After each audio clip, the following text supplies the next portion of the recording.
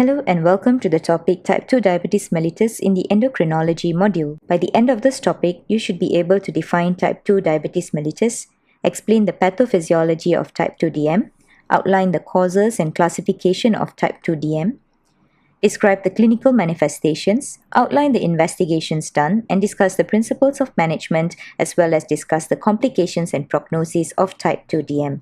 Let's get started. Type 2 diabetes mellitus is defined as a chronic, progressive condition consisting of an array of dysfunction characterized by hyperglycemia caused by the combination of resistance to insulin action, inadequate insulin secretion, and excessive or inappropriate glucagon secretion. Let's look at the function of insulin in the body. Insulin regulates cellular energy supply and macronutrient balance by promoting glycogen and lipid synthesis in the muscle cells, suppresses lipolysis and gluconeogenesis from the muscles and amino acids. In the adipose tissue, the fat breakdown is suppressed and the synthesis is promoted. And in muscle cells, glucose entry enables glycogen to be synthesized and stored. And finally, insulin is a major transport of glucose into the insulin-dependent tissues. To summarize function of insulin, we understand that it promotes glycogen synthesis and it suppresses gluconeogenesis. So type 2 diabetes mellitus is a condition where there is a combination of peripheral insulin resistance and inadequate insulin secretion by the pancreatic beta cell. Type 2 diabetes mellitus is a condition where there's combination of peripheral insulin resistance and inadequate insulin secretion by pancreatic beta cells. Peripheral insulin resistance takes place because of elevated levels of free fatty or pro-inflammatory cytokines in the plasma, which leads to decreased glucose transport into muscle cells, or elevated hepatic glucose production and increased breakdown of fats. Inadequate insulin secretion by pancreatic beta cells happens when there's beta cell dysfunction. Let's look at the causes of type 2 diabetes mellitus. They are linked to environmental factors such as excessive caloric intake, obesity, inadequate caloric expenditure, glucocorticoids, and the use of antipsychotics, and genetic factors where there is the involvement of multiple genes in pancreatic beta cell failure and insulin resistance lead. Weight loss is one of the common symptoms not to miss. This occurs due to accelerated fat breakdown secondary to insulin deficiency. Increased thirst happens due to dehydration following osmotic diuresis, and increased nocturnal urination. Symptoms suggestive of complications include blurring of vision, presence of floaters, non-healing feet ulcers, poor wound healing, and these are seen in patients with target organ involvement. Retinal examination may demonstrate proliferative or non-proliferative diabetic retinopathy, maculopathy, cataract, retinal detachment, or vitreous hemorrhage. Feet infections are also common, especially fungal infections in the interdigits and non-healing wounds or ulcers. Neurological examination is critical to elicit sensory and or motor peripheral neuropathy as well as diminished reflexes. Acanthosis nigricans is seen over the nape of the neck, axilla, and this indicates insulin resistance. So let's take a look at the investigations. Fasting serum plasma levels are the most accurate way of diagnosing diabetes.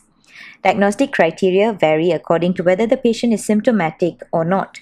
If the patient is symptomatic, fasting glucose greater than or equal to 7 millimoles per liter or random glucose greater than or equal to 11.1 millimole per liter. If the patient is asymptomatic, then the above criteria as mentioned apply but must be demonstrated by two separate occasions. As for bedside tests, urine dipstick is done to look for evidence of proteinuria, microalbuminuria, glycosuria, leukocytes, or nitrites. ECG is performed to look for evidence of cardiomyopathy, ischemic heart disease, or cardiac failure. When it comes to HbA1c of greater than or equals to 6.5% is diagnostic of diabetes mellitus.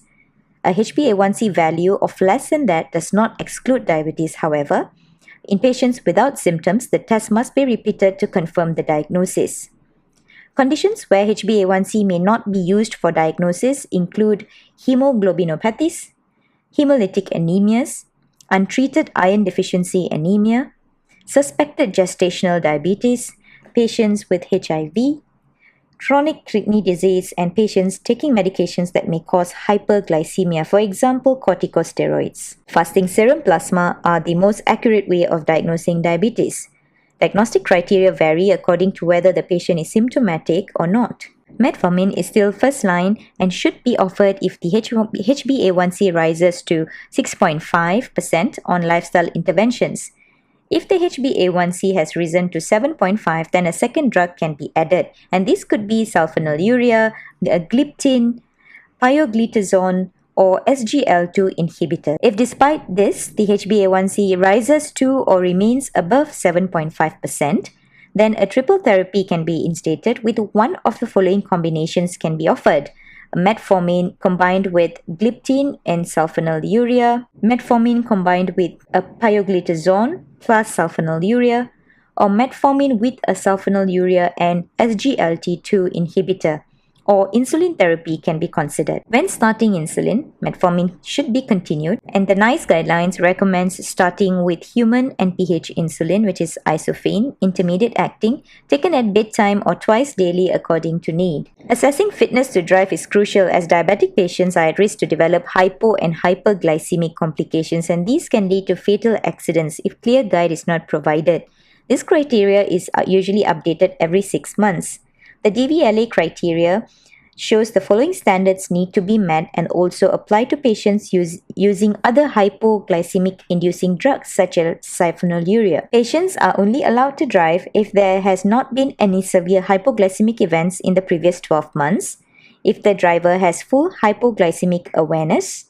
The driver must follow adequate control of the condition by regular blood glucose monitoring.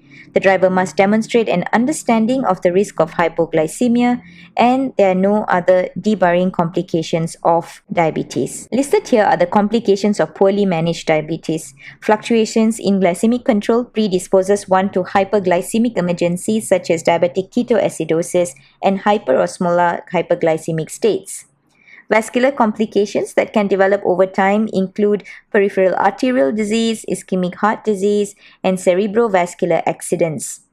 Infections and hypoglycemia, as well as microvascular complications such as peripheral neuropathy, retinopathy, nephropathy, and among other complications to address, which can predispose patients to hospital admissions and increased morbidity. Mortality and morbidity is high with those poorly controlled disease, and the major cause of death is cardiovascular related deaths. So let's summarize. Type 2 diabetes mellitus is an insulin resistance condition with associated beta cell dysfunction.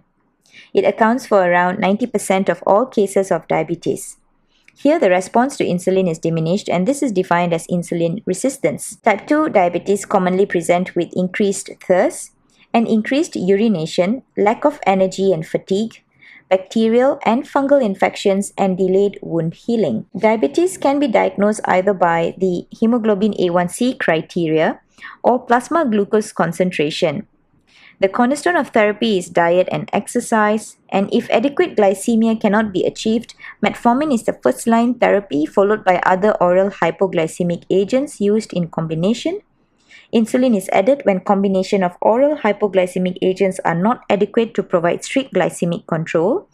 And diabetes is associated with increased atherosclerotic cardiovascular disease, and treating blood pressure, statin use, regular exercise, and smoking cessation are of great importance in reducing the risk of complications associated with diabetes mellitus. We have come to the end of this topic. Thank you.